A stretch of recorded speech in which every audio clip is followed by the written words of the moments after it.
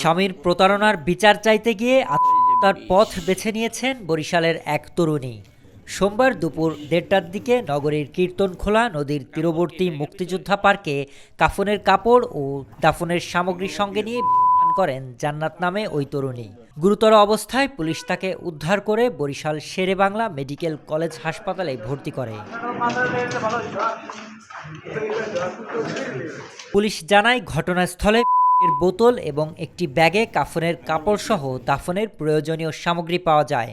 তাৎক্ষণিকভাবে 999-এ কল দিলে কোতোয়ালি থানা পুলিশ তাকে উদ্ধার করে হাসপাতালে নেয়। আমরা সাথে সাথে গেলাম, গিয়ে দেখলাম যে একজন নারী শুয়ে আছে এবং সেই স্থির, মানে কোনো নড়াচড়া নাই। তার সামনে একটি কীটনাশকের বোতল, তার ব্যাগে কাফনের কাপড়, আগরবাতি। আমি পুলিশ সদস্য হলো, যেহেতু একজন পুরুষ মানুষ, একজন মহিলাকে ধরে কোথাও নেওয়াটা রাইট আমার নেই।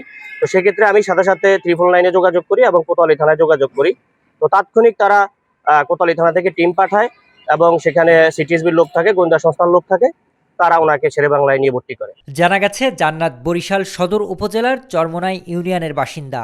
পারিবারিক অমতে প্রেমের মাধ্যমে ২০২৫ সালে ২২ মে ইঞ্জিনিয়ার সিদ্দিকুর রহমান সাগরের সঙ্গে তার বিয়ে হয়। তবে বিয়ের ৪ মাস না পেরোতেই তাকে তালাক দেয় স্বামী সাগর। বিয়ের পর জান্নাতকে শ্বশুরবাড়িতে না নিয়ে গর্ভপাত করিয়ে বাবার বাড়িতে পাঠানো হয় বলে অভিযোগ রয়েছে। ছেলেটা একসময় ভুয়া একটা ডকুমেন্টসের স্বাক্ষর নিয়ে বলছে আমাদের বিয়ে শাদী হয়েছে, এরপরে এরা হচ্ছে গিয়ে ইন্টার কোর্স এদের যেটা করা সেটা তোমরা হয়েছে। লাস্ট এক পর্যায়ে যখন বুঝতে পারছি যেটা আসলে এরকমের না, তখন মেয়ে হচ্ছে গিয়ে ছেলের বাড়িতে যায়। তখন একে তারাই দেয়, পরে লোকজনের চাপে পড়ে আর একটা বিয়ার বন্দোবস্ত করে সাজিয়ে দিয়েছে। বিয়ের পরে ওখানে বুঝে টুঝে এদেরকে, এই মেয়েটাকে তাদের বাড়িতে আর নিল না, ওদের বাবার বাড়িতেই পাঠাই দিল।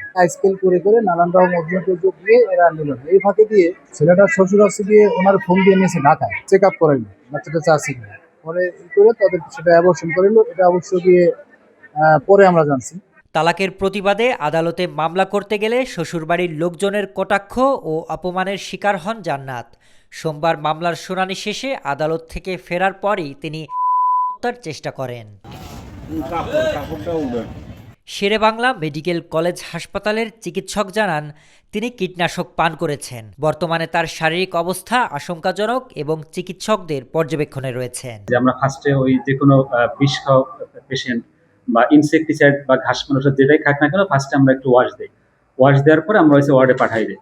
তো সেক্ষেত্রে পেশেন্ট তো এই মুহূর্তে চিকিৎসাধীন অবস্থায় আছে। আর এই বিষটা মেনলি তো অনেকটা একটু মানে রিস্কের ভিতরে থাকবে, তারপর বাকি রয়েছে আল্লাহ তাআলার ইচ্ছে। এটা একটু বেশিরভাগ পেশেন্ট, তো তারপরে অনেক ক্ষেত্রে চিকিৎসা ভালো হওয়া সম্ভব। বাট এটাই আমরা অনেকক্ষণ পর্যবেক্ষণ করি, পর্যবেক্ষণ করার পরে মানে পর্যায়ক্রমে রোগীর অবস্থা অনুসারে মানে জিনিসটা আস্তে আস্তে আমরা বলতে পারি যে আসলে রোগীটার কন্ডিশন কিরকম। কিন্তু এটা মেনলি সে ঝুঁকির ভিতরেই আছে।